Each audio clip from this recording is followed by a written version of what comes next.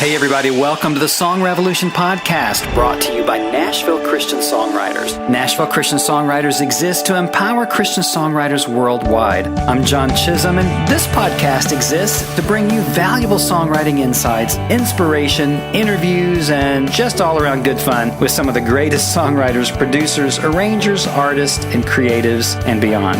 You can find out a whole lot more about us at NashvilleChristianSongwriters.com.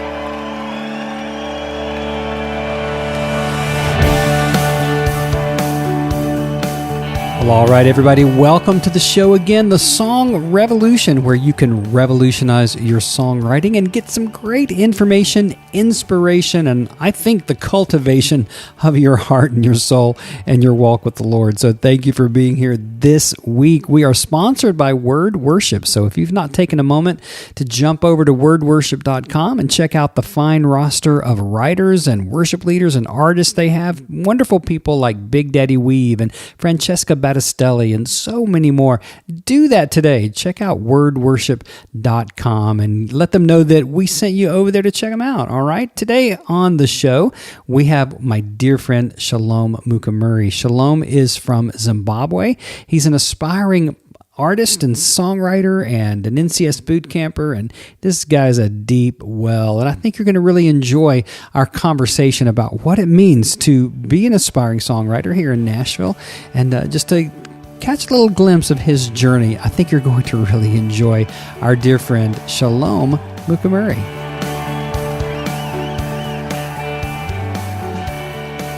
Hey, Shalom Mukamuri, welcome to the show.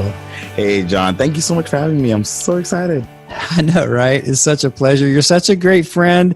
You've been through our NCS boot camp. You're just busting it. We're going to talk about that a little bit later in the show, but just so thankful for our new friendship and just, man, for your creativity, just for your life, man. I'm so thankful for you, John. You have done amazing things in my life, and so excited to talk about it. I feel like I'm going to bring you up a million times. It'd be Shalom talks about John Chisum show. No, maybe we shouldn't do that. But yeah. So, well, give us a little bit of background. I mean, you're an aspiring artist now.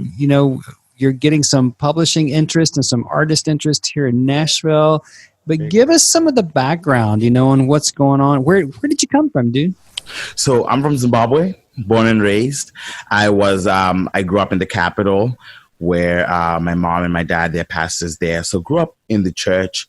Also, my dad passed away, but they were both musicians and they would write songs. And so I grew up in an environment where there was songwriting, there was music, there was just a whole lot of like creativity and art. And so I grew up with that massive interest in that. So yeah, so it really helped me to know what I was meant to be doing. I love music and I love it. And so here in the States, I work at Covenant Church, where I'm creative arts director. And yeah, it's been amazing. Oh, that's so fun. Now, were you an artist already back in Zimbabwe? I was. So it's kind of like my road to Damascus kind of story. I completely walked away from God, and I became a mainstream artist in Zimbabwe. And God used that to really show me my potential, to be honest, because I started to work with pretty big names back home, writing songs.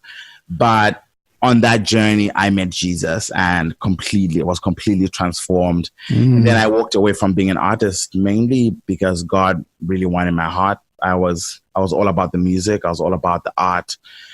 But realizing, how forgiven I was, I just had such a passion just to worship. And so canceled a bunch of stuff, tours and recordings, because I just wanted to lead worship. And through that, I met my boss, my former boss, who is the pastor, Bob at Covenant Church, and that's how things kind of progressed to where I'm at. Wow. Right now. Yeah. Wow. So you actually came from Zimbabwe to work at Covenant Church, Doylestown. Yeah. Yeah. 5 years ago? 5 years ago. Yeah. Exactly 5 years ago. Yeah. Wow. Had you been in the States before, or was it a whole new experience for you? A whole new experience. I was Yeah, I was a baby when I was a baby when my parents say they brought me here, but like in the 80s. I don't remember. Yeah, I don't remember that. Yeah. Tell us a little bit about kind of what you're doing now, what you're pursuing as an artist and a songwriter now that you've been here a few years, and kind of what's going on with that. Yeah, like I,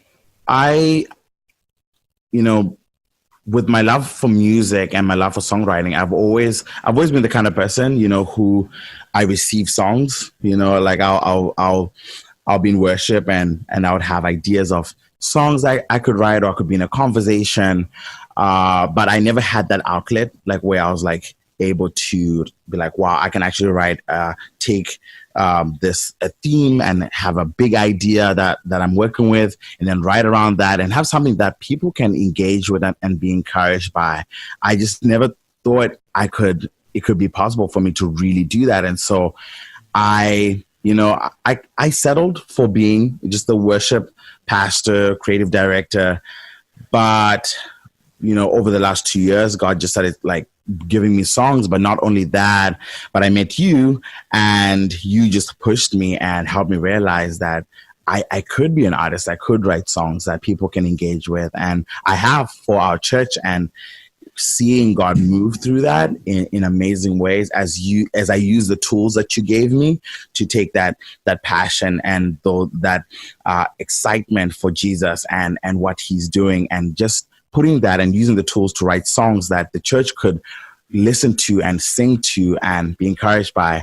That gave me such a green light and to pursue my calling. So that was really awesome. Wow. So if it doesn't work, are you going to blame me? Yeah, pretty much. No, we sign a bunch of disclaimers on all this stuff, but it's not my fault. Well, listen, full disclosure, the first time I heard you in our Successful Christian Songwriters Facebook group, which is a peer review group with about 5,000 people in it. The first time I heard you sing and your song, I don't know which one it was now, but I just knew that I wanted to work with this guy so badly. It's like there was just a connection, even from the demo, whatever was going on in that song. It's like, okay, this is someone who is outstanding. There's something that's far and above, here. And then we wound up on a conversation about the boot camp. It wasn't the right time. And then it wasn't that I forgot about you, but we hadn't been in touch. And then just out of the blue, you called me and you're like, okay, I'm ready. And I'm like, oh, really? Oh, okay. Oh my gosh. So that was a year or so ago? It's almost a year and a half, I think. I remember the song was, I think, Enough. Yes. And people were just like gushing over the song on the group. And I remember you were the only one who just went in and was like, what's the big idea here? Where are you taking this song? Busted. Oh my gosh. And I remember just going like, wow, like I've never thought of that. Okay. And then we worked on that song through the boot camp, and then I shared it at church, and oh my gosh, like it was amazing. And you've grown so much in the way that you craft your songs. You of course had immense talent, great singer, great performer, great worship leader. Maybe tell us, how did you think about songwriting when you came into the boot camp, and how do you think about it now? Wow. The one line that I always play over and over in my head is that songs are not just written, they're built. That changed almost like just everything for me, because I was always the kind of person who was like, oh, here's a song, done. Instead of going like, wow, what can I can take this song, I can break it apart, I can tear it down, I can take the song apart and actually reshape it so that it can be more impactful, more skillful, more engaging, catchier. So that was really the biggest thing, the thing that always plays over and over. When I write something, now I already have the expectation that whatever I write first is a very bad first drafts, and being able to dive back into the song and be like, wow, what am I really trying to say here? What am I really trying to communicate? That has been such a North Star for me. So you've grown a ton, obviously, by embracing true songcraft, and you are beginning to garner publishing interest and artist development deals. And so, people are recognizing your talent. And so I have one big question that I'd love to ask you, and maybe you've answered some of it, but what's the biggest hurdle that you feel like you've had to overcome to move from maybe surviving to feeling like you're thriving in your ministry? Wow. I think for me, I would say mentorship is not that it's a hurdle, but I think that it was just the lack of a voice, like someone who would speak into my life, who would say, hey, I think you can do better. I think you can grow. Because I'm a hard worker naturally when it comes to my music. I'll be up at 12 a.m. And I remember just not knowing what to do sometimes, where I would hear these great songs and I'd be like, how do I write a song that great? How do I write a song that is that engaging? And so sometimes I'll just be like, I think part of me kind of convinced myself that, you know what, like whatever I have from my heart, as long as it's from my heart, it's fine, but meeting you actually, and you actually investing and speaking into my life and into my music, into my writing, and saying, you can do better, you can write better, and showing me what I can do better, and not letting it, like, not giving me any like slack, in very loving, but in the sense of saying like, hey, you can do better, you can grow, work on this, work on that, and being able to go and work on it and develop the things that I needed to develop, it allowed me to actually start to be like, oh my gosh, I can be that kind of writer. I can write great songs. I can be a world-class writer. I can develop publishing interest. I can do that. And so being willing to receive mentorship, even through stuff that was hard for me to hear and stuff that I naturally wanted to be more resistant to, and then finding, the humility to say, you know what, I need mentorship, and I need to listen, and I need to follow, what God is trying to show me here, and seeing the results and the fruit coming out of that. To be honest, that was a huge step for me, and I feel like I'm in a place right now where I'm like, wow, I need more mentorship, I need more of that, I need more guidance, and I think that, to be honest, that's the thing that I really want to always hold on to. Great answer, because I think a lot of us, especially Christian songwriters, seem to feel like if I just get quiet enough, get with my guitar, my computer, my keyboard, then God is going to just drop this gem of a song on me, and the whole world will suddenly realize that I'm called, that I'm passionate, that I'm talented. I mean, but that doesn't sound like that's quite been your experience. Not at all. Not at all. When I would write a song and be in a quiet place and just take it to people, and you'd be like, hey, here's my song. Sometimes if they know that I wrote it, they're nice. People are polite, especially where I'm from in the East Coast. People are very polite and kind of like, yay, but you see the difference when a great song is played and how they respond to it. And I just never got that response. And so when I started really being like, okay, I need to be mentored, I need this, and you speaking into my life, and not just that, but me working on the things that I needed to work on, that one big idea, working on my verses, working on just even my approach with lyrics and words, that really allowed me to take that step from people just being polite to people not even knowing it was my song and emailing me and asking me where they could find that song that we sang at church. So yeah, it's huge. That's powerful when people are responding at a whole a higher level, a whole new level, right? That's when the affirmation that you're on the right track really happens. And that happened with your song, Your Mercy, right? Yes, we did. And also My God Delivers. Oh, that's right. Yeah.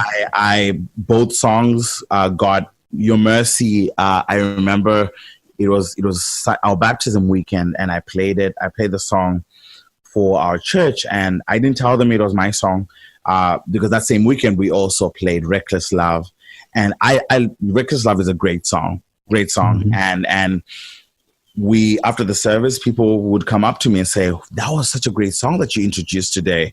And I was like, oh my gosh, Reckless Love is amazing. And they're like, no, the other song, and it was like, what? It's not a competition, but no. It's encouraging to just be like, oh my gosh, one of the things that my biggest insecurities was always, I don't belong, and where I'm like, yeah, like I hear people say you're good and so forth, but I was like, I just don't belong.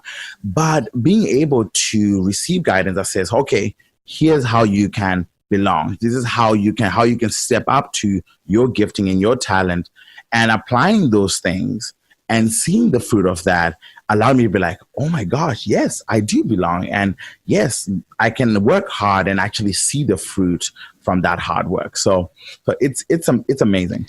It truly is. And I've been working with you now for this year and a half, and to see the growth that's happened and how hard you've worked. I mean, you referenced it a moment ago. I mean, your work ethic is solid. So it wasn't really about work ethic or time spent. It was really about having the right understanding, the right principles. Yes. We call them tools, and I'm not sure.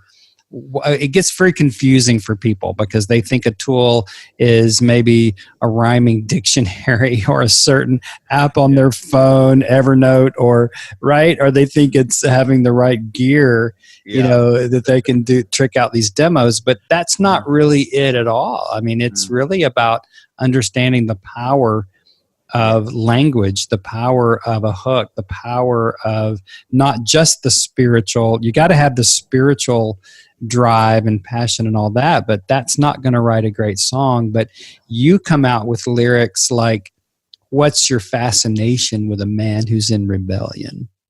I mean, what a great opening line, in Your Mercy, right? Can you quote the rest of that do you mind what's your fascination with a man that's in rebellion? What is this obsession that you turned your back on heaven? Yeah. You flew across the galaxy to show me generosity. It's borderline insanity that you would take the cross from me. Yeah. Oh man, so awesome. Such a great song. And that's all copyright Shalom Mukamuri. So nobody can steal those words. But those are amazing words when you think about it. And so you are a poet and a lyricist, and they're not even the same thing, but you're learning, as I'm watching you grow, to really bring powerful messages in these economic lines. It's like there's not one syllable that's wasted. It's just juicy and delicious, and it's like eating something delightful. It's like, man, these words are so off the chains, and fresh, and I love that. So I don't know. It's amazing looking back and seeing, like, I keep the old versions of the songs, so going back to the other versions and going like, oh my gosh, wow, like it's such an improvement, and realizing that you can say amazing things in even short, a short verse, and seeing that, I get encouraged by that so much. Yeah. Oh, that's awesome. Well, when we come back from the break, I'm going to talk about the future for Shalom Mukamuri. We're going to take just a quick break and talk about something that I think is going to be very valuable for you as a Christian songwriter. So check it out. Do you feel like God's given you a bunch of songs, but you don't know what to do with them? Do you feel like you've got a real call on your life to write, but you're clueless about where to start? Or maybe you've got writer's block and you're wondering if you'll ever get the creative juices flowing again. Well, we've got you covered with NCS membership. NCS membership is all about community and how to grow in this calling you feel deep inside to be heard. We get it.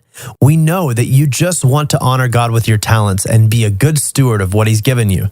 And that's why NCS membership could be your next right step to grow, learn, be challenged, get connected, and ultimately fulfill your dreams to glorify God and reach others with the same passion you feel. It's designed to help you tell your story and to reach listeners who will love your songs. With your NCS membership, you'll receive 24/7 access to valuable masterclasses on topics such as modern hymn writing, worship writing, song form, lyric development, and recording home demos, as well as discounts for other NCS products and a deep connection into a community of creatives who get you. There are a lot of songwriters out there, so you need to be the best you can be to stand out, be heard, and become the songwriter you were born to be. Just go to NashvilleChristianSongwriters.com now to check out all the great benefits of becoming part of a decidedly Christian community of songwriters from all over the world. NCS membership, your next right step to being heard. Well, I just hope that you'll take advantage of that and check it out. All right? We bring you good stuff here on the Song Revolution podcast. So back to our episode. So you've taken some really giant steps in your understanding of songwriting, the way that you're approaching the craft. You're beginning to dig deeper into this massive well of God's Spirit in your life. And I know that that's coming from somewhere. And I think the question that I have for you, Shalom, is where do you feel this is going for you? I mean, as far as your mission and the real passion, what is there a message, a central message and theme that you want to get out through your music? Wow. I think if I was to put it into one word, it's wholeness, and I think, my name means nothing missing, nothing broken. And, I've heard people say other definitions, which are complicated, but really, my parents, when they gave me, my dad was very much about the name matters, your name matters. And I grew up really, really thinking about that and even my own wholeness. So I've always been self-aware, and seeing Jesus and seeing how Jesus makes me whole has just made me so heartbreaking for people who don't know Jesus. I believe I'm not better than anybody. I'm not. The only difference between me and someone who doesn't believe is that they just don't know Jesus. They don't. And that's the only difference. And it's because of the grace of God in my life. And I want to be, a minister that shares that hope that Jesus brings, to introduce people to Jesus, whether it's through if I'm writing a CCM song or writing a mainstream song or a song about wholeness or racial reconciliation. At the end of the day, I want people to see Jesus because He's the one who makes the difference. And for me, that's He is my difference. And that's just something that I get heartbroken when I meet someone who doesn't know and who doesn't have that hope, because I see myself in them. I see my struggles. I see my worries. I see all of that. But I then see Jesus in me, and I'm like, oh, I have Jesus. Oh my gosh. And then I look at someone else who doesn't have that, and I'm like, oh my gosh, if you could only know Jesus. So everything I do, my music, I just want people to meet Jesus. And that's a big deal for me. Right. And you've mentioned several of the themes because I know your growing catalog of work that you've been working on since we've been in relationship. And I see those themes of wholeness in some wonderful songs, recovery and wholeness, and on an emotional and spiritual level, and racial reconciliation. I know that's a huge emphasis for you. And you've got some wonderful songs that we're working on that are, kind of in that arena, and worship songs as well. And then straight ahead CCM, positive and uplifting kinds of songs that anybody could enjoy. But how do you see yourself kind of working this out as a minister? Let's just assume that you've got this catalog of records coming up in the next 10 years. We look back 10 years from now and we see, 6 or 8 Shalom records that are just absolutely amazing and have hit the charts. But do you see yourself kind of going more in the CCM vibe, the worship vibe, the mainstream vibe, and what kind of audience and what kind of effect would you like to look back in 10 years from now and see? That's a big question, isn't it? That's a big question. That's a deep question. Wow. That's really deep. Wow. I think for me, what I'm learning to let God send me where he needs me, and sometimes this is one of my issues with God is that or rather a better way to say it, this is one of the issues that I have and God is working on me with this, is that I assume a lot, where God will lead me to take a step out, and then I'll be like, okay, I'll take a step out and take a left turn and take a right turn and do this, and God is like, no, just step out, and then I'll lead you the rest of the way. And so I'm in that place where I can write like what you said, like my catalog is pretty wide, and I'm in that place right now where as you're with our arrangement, as you're like helping me with the development, I'm just like, God, I'm clay, like do whatever you want with me. And so so that's kind of where I'm at right now. I don't have a hard set direction that I want. I'm going in this direction. I have desires, I have things where I can be like, I want to be this, I want to be there. But to be honest, I've learned not to put too much weight on that. I've learned to, and at least not right now. At this point, I'm in that place where I'm like, yes, I can sing anything really, but it does serve as a warning to me as well to take a step back and say, okay, God, like, what do you want me to do right now as I write these songs and as I step out as an artist? Wow. Well, that's, I know your heart well enough, and I know that you are being led by the Spirit. And I love that, just flexibility, being clay in the hands of the potter. And I believe that's what brings us all the greatest success in life, is letting God have his way. Well, one last question, Shalom. And you weren't expecting this one because I didn't set you up for this, but if you were going to be stranded on the moon for eternity, what's the one song that you would have with you? You can only have one. You can't have a whole catalog. You have one song. What song would that be? Ooh. I've decided to follow Jesus. Okay, why? Yeah, I for some reason, that song that's the theme of my life. It's just, I've always, I have a feeling that's a song I'll sing on my deathbed. And, I've always imagined that. That's how I've always imagined myself going, is singing that song, so that's, I don't even know why. Like, I mean, I know the choice, but that particular song, I don't know why that's the song that always in my heart and in my mind is playing. So, well, what a great one to have playing in your heart and in your mind. And I doubt you'll ever be stranded on the moon, but it's a revealing question, right? It's kind of But Shalom Mukamuri, we wish you the best, and we look for great music to come in your life. All right, blessings. Hey, what a fantastic show today. I hope you caught all the value bombs that were dropped on this one, and that you'll begin to immediately incorporate them into your songwriting. You can get even more valuable songwriting tools and inspiration when you join NCS membership. You can become a part of a growing community of songwriters from around the world and tap into some of the most powerful resources available to step you up in your songwriting destiny. Check out NCS membership now at NashvilleChristianSongwriters.com and get ready for some exponential power to help you fulfill your call to write. Thanks for listening, and I'll see you next time.